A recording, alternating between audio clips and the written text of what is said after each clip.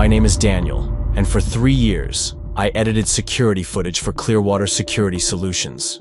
My job was simple. Take incidents recorded on corporate cameras, create short clips for reports, and erase the rest. No questions, no curiosity. Until last week. Now, I'm locked in my apartment, all the curtains drawn, and I swear I can hear footsteps in the hallway that always stop right at my door. But when I look through the peephole, there's no one there. Just shadows moving where they shouldn't be. You need to understand something. I was never supposed to open that file. The note was clear. Erase. Do not view. 2 simple words that could have saved my sanity. But curiosity. The damn curiosity that kills the cat apparently kills video editors too. What I saw in that video file defies everything I thought I knew about reality. Rooms that change shape while people walk through them. Employees whose reflections in the glass moved independently of their bodies. And at the end, I saw something that simply shouldn't exist. Clearwater doesn't protect companies from break-ins or theft. They cover up something much worse. And now that I know, I'm sure they won't leave me alone. Every noise in the apartment makes me jump. Every shadow seems to have a life of its own. My mind is fractured between what's real and what might be paranoia. But one thing I know for sure. Opening that file was the biggest mistake of my life. And maybe the last. 3 years ago, I was desperate for work. I had a degree in video editing, but not enough experience for the big production companies. That's when I found the ad for Clearwater. Video editor, remote work, good salary, discretion essential. The interview was strange. Just a phone call with a man who identified himself as Mr. Hayes, a deep, emotionless voice. He explained that I would be working with sensitive material, security footage from companies that had incidents.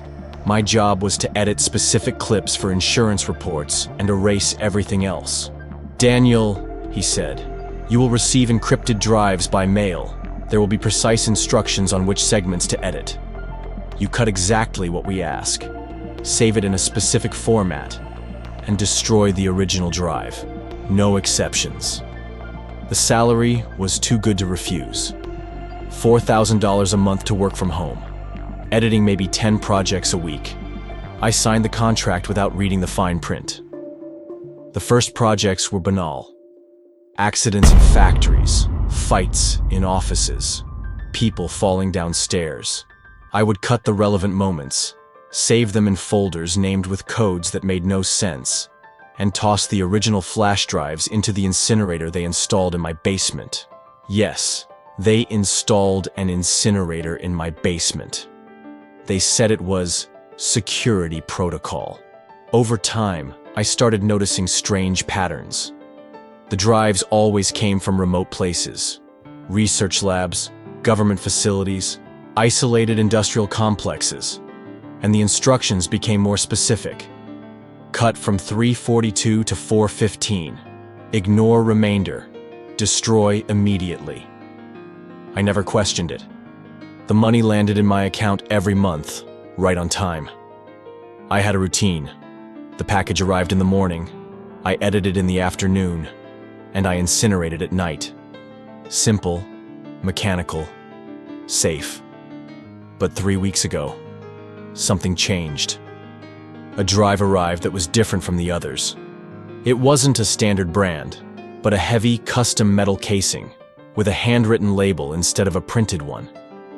And for the first time in 3 years, it came with only one instruction.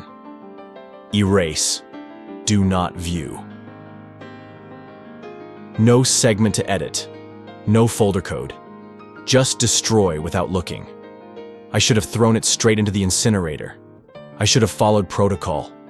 But that night, alone in my office, staring at that mysterious drive, one question wouldn't leave my mind.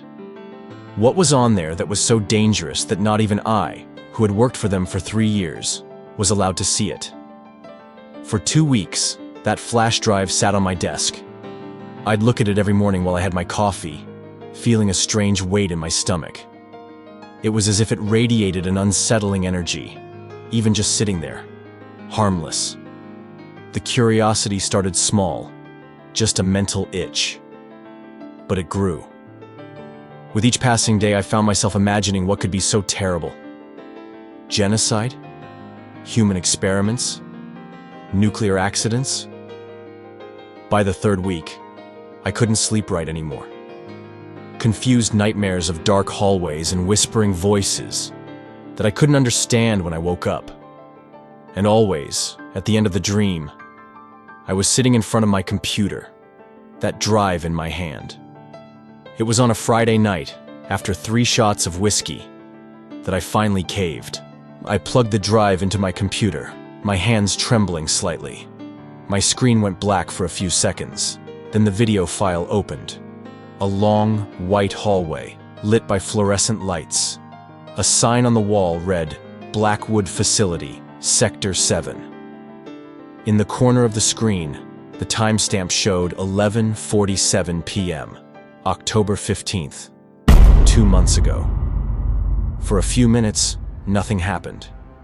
Just an empty hallway, the muffled sound of the ventilation system. I almost closed the file, thinking it was just another banal recording. Then a man appeared at the end of the hall. He was walking normally, carrying a clipboard, wearing a white lab coat. Nothing unusual. But when he passed by a glass window, I saw his reflection, and my blood ran cold. The reflection did not match his movements. While the man walked to the right, his reflection was moving its arms in a completely different way, as if it were a separate person trapped in the glass. For a moment, the reflection stopped and looked directly at the camera. Its eyes were completely black. I paused the video, my heart pounding out of control. I scrubbed back a few seconds in the timeline, watched it again. It wasn't a compression artifact or a technical glitch. The reflection had a life of its own. I kept watching, mesmerized by the horror. More employees appeared, all with independent reflections. Some reflections seemed to be screaming, though the real people were silent. Others made desperate gestures, as if trying to escape the glass. But the worst was yet to come. 15 minutes into the video, the footage started to show something my eyes refused to fully process. The walls of the hallway began to stretch, as if physical space itself was being distorted, pulled by invisible forces. And then, for the first time, I heard the sound. A low, almost imperceptible whisper that seemed to come from the audio track itself. Words in a language I didn't recognize, but that somehow filled me with absolute dread. I turned up the volume, trying to decipher the whispers. It was the biggest mistake I could have made. The voices became clearer, but they weren't human. They had a metallic quality, as if filtered through water or broadcast from a distant dimension. And I could swear that some words were directed specifically at me. Daniel. I hit pause instantly. My name. They had said my name. I scrubbed back in the timeline, but this time I heard nothing. Just the sound of the ventilation. I thought it was paranoia, but something in the back of my mind whispered that it wasn't. I kept watching. The facility was now physically changing. Rooms that were once square became circular. Hallways stretched beyond what should be possible. The camera captured architectural impossibilities. Stairs that went up and down at the same time. Doors that led to mirrored versions of the same room. The employees carried on with their work as if nothing was happening. But their reflections were growing more and more desperate. At the 23-minute mark, I saw something I will never be able to forget. A woman in a blue lab coat stopped in front of a large glass window. Her reflection began to beat on the glass from the inside, its mouth open in a silent scream. The real woman remained motionless, consulting her clipboard, completely oblivious to the desperation of her own image. Then the reflection pointed at the camera, directly at me. Its lips moved, forming one word I could read: run. My skin crawled. It was impossible. Reflections couldn't have independent consciousness. Reflections couldn't see me through a video file recorded 2 months ago. But there it was. A desperate version of that woman trying to warn me about something. The worst came at 31 minutes. The camera began to pan on its own, slowly, to show a part of the facility that hadn't appeared before.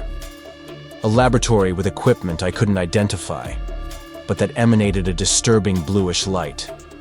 And in the center of the room, there was something my brain refused to fully process. It was a humanoid shape, but distorted, as if stretched by unseen forces.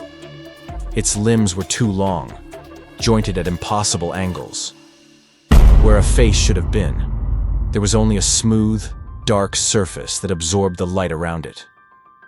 The creature was motionless, but I knew it was conscious. I could feel its presence through the screen, an alien and malevolent intelligence that somehow sensed it was being watched. Then it turned its head, directly at the camera, directly at me. And it smiled with a mouth that shouldn't exist. I shut down the computer immediately, but the image of that smile was burned onto my retinas. Even with my eyes closed, I could see it. A horizontal slit opening where the creature's face should be, revealing rows of something that weren't quite teeth. I spent the night sleepless, pacing around my apartment. With every noise, the heater kicking on, the building creaking, cars passing on the street, my heart raced. It was as if that thing had created a connection with me through the screen. The next morning, against all survival instinct, I went back to the computer. I had to see the rest. The video file picked up where it had left off. The creature was no longer in the lab, but I could feel its presence in every frame. The facility's employees began to act strangely. Mechanical movements, empty expressions, like puppets controlled by invisible strings. At the 42-minute mark, the footage showed something that made me question my own sanity. One of the researchers opened a door that led to what looked like the outside. But it wasn't the outside of the facility. It was a completely different place. A vast, dark space with structures that defied basic geometry. Towers that curved inward. Bridges that connected to nothing. And on the horizon, something that might have been a sun. But it radiated a light that hurt to look at, even through the screen. The researcher stepped through the door and simply vanished. He didn't fall. He wasn't swallowed. He just ceased to exist the moment he crossed the threshold. Other employees followed, one by one, as if they were being called by something I couldn't hear. Each one who crossed the doorway disappeared instantly, but their reflections remained in the window panes, now more desperate than ever. That's when I heard it for the second time. Daniel, you saw what you shouldn't have seen. This time, there was no doubt. The voice came directly from the audio track, clear and distinct. A voice that didn't belong to any of the employees on screen. Now you belong to us. The camera started moving again, but this time, it wasn't a mechanical movement. It was organic, like a giant eye searching for something. Searching for me. At 53 minutes, the creature appeared again. Closer to the camera now, almost filling the entire screen. I could see details my mind refused to process. The texture of its skin that seemed both liquid and solid at the same time. The limbs that constantly reconfigured themselves. And then it spoke. Not with its non-existent mouth, but directly into my mind. Welcome to our world, Daniel. Welcome to... The audio distorted, as if the word was too large to be processed by human equipment. But I understood. I felt the word form in my consciousness like an open wound. Zarathiel. The file ended abruptly, leaving my media player showing only a black screen. I was paralyzed for hours, just staring at the monitor. That word, Zarathiel, echoed in my mind like a virus, spreading through every thought. When I could finally move, I did something that would change everything. I started searching. I looked up Blackwood Facility online. Nothing. I tried Sector 7, dimensional experiments, anything related to what I'd seen. Every search led to blank pages or 404 errors. Then I found something. Hidden on an obscure conspiracy theory forum, a post from 6 months ago. Clearwater Security isn't a security company. They're cleaners. They erase evidence of incursions. The user had disappeared. Account deleted.